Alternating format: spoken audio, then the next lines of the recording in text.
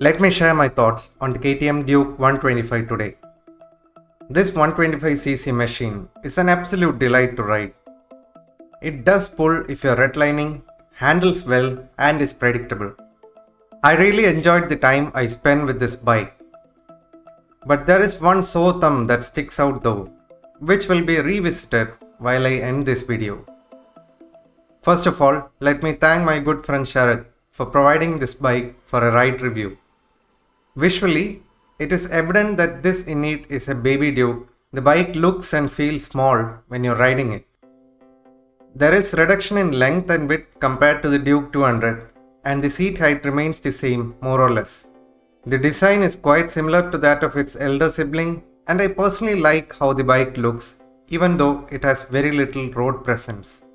Sorry for not cleaning the bike as it was an unexpected shoot. Mount the bike and you're greeted with a not so aggressive posture. But if you have long legs, be ready for a really cramped leg space. The seats are wide and long enough to accommodate some kind of movement to sit a bit forward or backward as per your liking. The cushioning is decent as well, and the pillion seat also sees an improvement from the previous model. This seems like a trend that KTM is carrying forward in 2022 as well, and it's welcome. KTM positions this bike and holds it high regard, saying that this competes with the 150cc segment, and it does. This tiny mill produces 15 horsepower, which is slightly more than your average 150cc street sport. The power delivery of the engine is quite linear, and the overall performance is quite smooth. Unless you redline in each gear, there isn't much vibrations. Even the vibrations that is felt while you push the bike is of buzzy nature. It definitely is a fun to ride motorcycle and is quite similar in performance to the 150 to 160cc category depending on which bikes you compare to. Even after pushing the bike a lot throughout the ride on many occasions, the engine did not heat to uncomfortable levels. While a 6-gear exists, I did not fully understand why it is required for this engine as 5th gear is smooth enough. The bike can climb beyond 100 km per hour. However, after 96, it is a slow progress. In short, I love the engine on this bike and KTM has done a good job. The clutch is light to use and you can operate the clutch with 2 fingers without having to squeeze your resting fingers. The throttle response is as expected and not extraordinary. Gear shifting is slick and smooth as well, and I did not encounter any kind of false neutrals in any gear.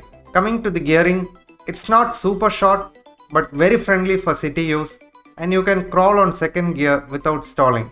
While the 6th gear is unnecessary, you can travel in 6th gear at 50 km per hour.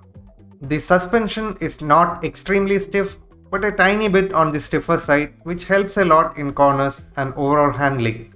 Adding a pillion does make it smoother though, which is good in a way.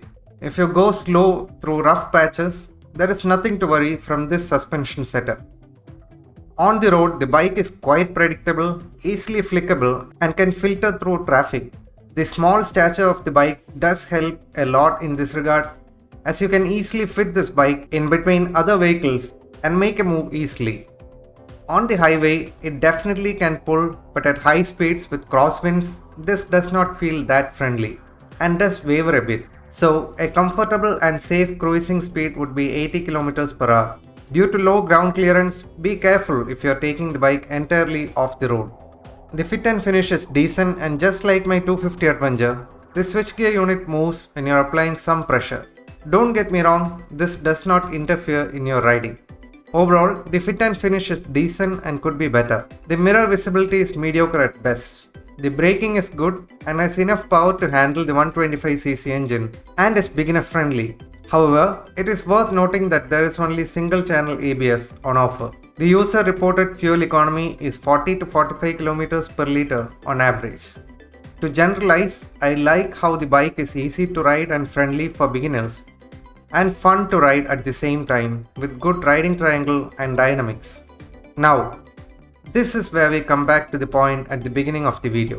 While KTM was able to deliver a small and working package on most fronts, they have failed to cut down the weight and most importantly, their greed.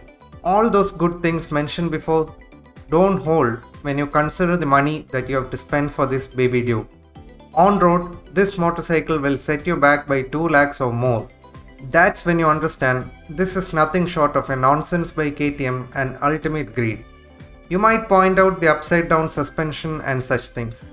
But is it actually required? How about offering dual channel ABS at this exorbitant pricing? This steep pricing opens up a whole new world. The world of high performance 150cc's and single cylinder quarter liters. But if you're someone who cannot live without a KTM, might as well spend 20,000 rupees more and buy the Duke 200. Thank you for watching. Stay awesome and ride safe.